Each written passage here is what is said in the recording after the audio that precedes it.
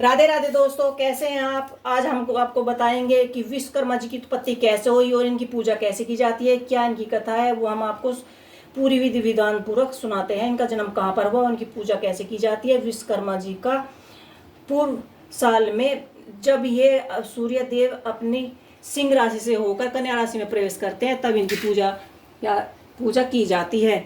और हम इस कथा में, जो हमारी ये कथा है, इसमें हम आपको सभी विधि पूर्वक बताएंगे। तो विश्वकर्मा जी की जो पूजा है वो पूरे विधि विधान से करनी चाहिए। रोली पुष्प, फूल पत्ती इत्यादि सब उनको अर्पित करने चाहिए। गंगा जल से उन्हें स्नान कराना चाहिए और अपना ध्यान पूरा अपनी पूजा पर ही लगाना चाहिए। प्राचीन काल में जब कितने ही राजाओं को, कितने धनियों को सभी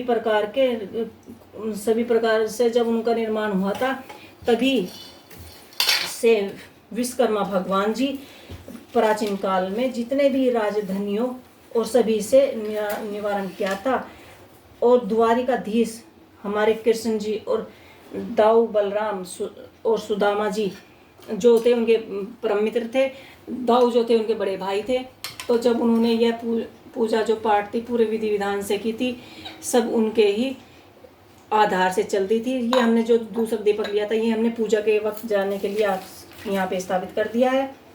और जितने भी हमारे द्वारकापुरी कृष्ण भगवान जी के बारे में भी इसमें बताया गया है, उनकी रचना भी विश्वकर्मा जी के द्वारा ही की गई थी। धन धनियों से प्राप्त दान करने वाले जो भी दानी प्रदान करते हैं, वह आपको मैं इस कथा में संपूर्ण भक्ति पूर्वक पूरी विधि विधान से इस कहानी की जो कथा है वो मैं आपको सुनाती हूँ। तो अपने हाथ में थोड़े से चावल ले लीजिए और एक पुष्प रख लीजिए और विश्वकर्मा जी की कथा मैं आपको सुनाती हूँ।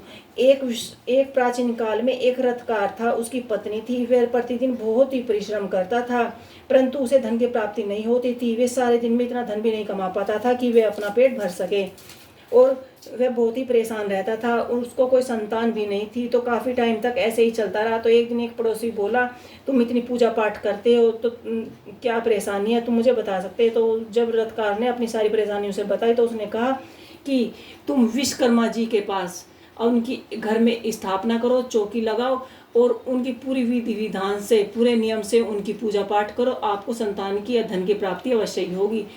तो तभी शरतकार ने अपने घर आकर अपनी पत्नी से कहा कि हम विश्वकर्मा जी की एक फोटो या तस्वीर लेकर आते हैं और अपने घर में चौकी लगाकर ऐसा पूजा पाठ करेंगे तो हमें धन की और संतान की प्राप्ति अवश्य ही होगी।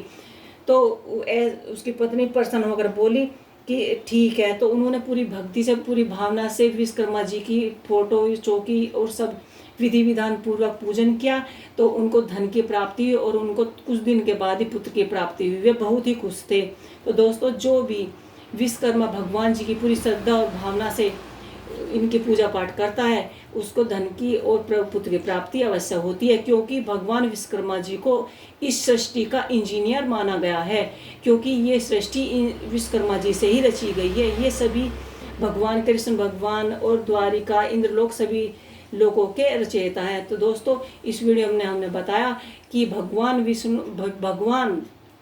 विश्वकर्मा जी की पूजा आपको कैसे करनी चाहिए, इससे धन कैसे प्राप्त होता है। तो इस वीडियो में आप विश्वकर्मा जी की पूजा ऐसे ही करें।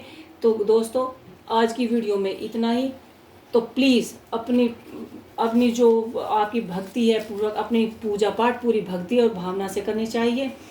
तो दोस्तों, प्लीज़ मेरी वीडियो को लाइक करें, शेयर करें, कमेंट करें, सब्सक्राइब करें। राधे राधे दोस्तों।